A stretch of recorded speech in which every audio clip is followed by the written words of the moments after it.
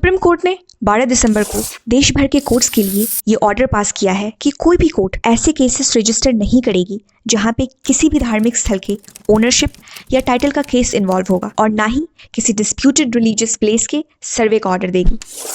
और क्योंकि ये मैटर सबजुडाइज है, जब तक इस केस पे फाइनल जजमेंट ना आ जाए, सुप्रीम कोर्ट ने कोर्ट्स को धार्मिक स्थल के विवादों पे किसी भी तरह का ऑर्डर पास करने से मना किया है। Hello everyone, I am Swati Singh and welcome to my YouTube channel. आज के इस वीडियो में हम प्लेसेस ऑफ वर्शिप एक्ट को यूपीएससी पर्सपेक्टिव से समझेंगे।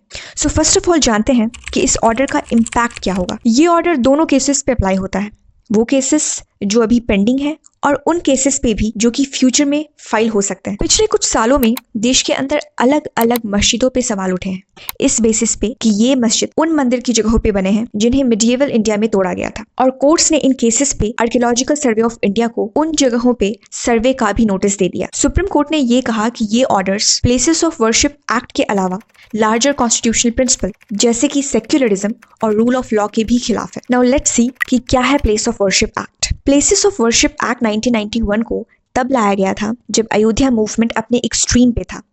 इस एक्ट के तहत 15 अगस्त 1947 के बाद किसी भी रिलीजियस प्लेस के कैरेक्टर को कन्वर्ट करने की मनाही है। मतलब कि आज़ादी के बाद एक धार्मिक स्थान का जो भी कैरेक्टर है वो उसी कैरेक्टर में मेंटेन रहेगा, चाहे वो इंटर रिलीजन हो या इंट्रा रिलीजन। इसका मतलब कि इस एक्ट के तहत एक धार्मिक स्थल की जो रिलीजियस आइडेंटिटी है आप उसे दूसरे रिलीजन में नहीं बदल सकते, और एक जगह की रिलीजियस आइडेंटिटी को आप एक ही धर्म के दूसरे सेक्ट में भी नहीं बदल सकते। आप सभी जानते हैं कि हर धर्म में अलग अलग सेक्ट होते हैं, जैसे कि बुद्धिज्म में Theravada Buddhism and Mahayana Buddhism, Jainism में श्वेतांबर एंड दिगंबर, इस्लाम में सिया सुन्नी, हिंदुइज्म में आपने लिंगायत्स का नाम सुना होगा। लेकिन इस एक्ट के कुछ अपवाद भी हैं, एक्सेप्शंस भी हैं, जैसे कि एंशिएंट और हिस्टोरिकल मॉन्यूमेंट्स या आर्कियोलॉजिकल साइट्स, वो प्लेसेस ऑफ वर्शिप एक्ट के अंदर नहीं आते। 1991 से पहले जिन धार्मिक स्थानों से रिलेटेड केसेस का फैसला आ चुका है उस पे भी ये एक्ट नहीं लगते।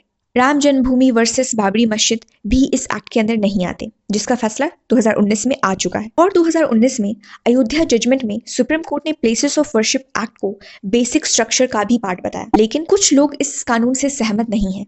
उन्होंने प्लेसेस ऑफ वर्शिप एक्ट को चैलेंज किया है दो मेन ग्राउंड्स पे। फर्स्ट ग्राउंड ये है कि इसमें जो 15 अगस्त 1947 का डेट डिसाइड किया गया है वो आर्बिट्ररी तरीके से किया गया है, क्योंकि ये जजमेंट 1991 में आया है और बेस लाइन डेट रेट्रोस्पेक्टिव 15 अगस्त 1947 रखा गया है। और दूसरा कि ये act power of judicial review के खिलाफ है। अब सुप्रीम कोर्ट के इस ऑर्डर के पीछे की थोड़ी कहानी समझ लेते हैं। 1991 में अयोध्या मूवमेंट के वक्त इस एक्ट को लाया गया था, जब अयोध्या मूवमेंट अपने एक्सट्रीम पे था। अक्टूबर 2020 में इस एक्ट के अगेंस्ट में पहला पिटीशन आया था और उसी के बाद 5 और पिटीशन आए थे। अगस्त 2021 में 5 औरतों ने ज्ञानवापी मॉस्क में प्रेयर करने की पिटीशन फाइल की, और मई 2022 में फॉर्मर सीजीआई डीवाई चंद्रचूड़ ने यह कहा कि एक सर्वे से प्लेसेस ऑफ वर्शिप एक्ट पे क्या ही फर्क पड़ेगा, और उन्होंने सर्वे की इजाजत दे दी। 2022 से 2024 के बीच में 6 नए केसेस और फाइल हो गए, जिनमें ये क्लेम किया गया कि मस्जिद मंदिर के मलबे पे बना है, और उनमें से 3 केसेस पे कोर्ट्स ने सर्वे के ऑर्डर भी दिए।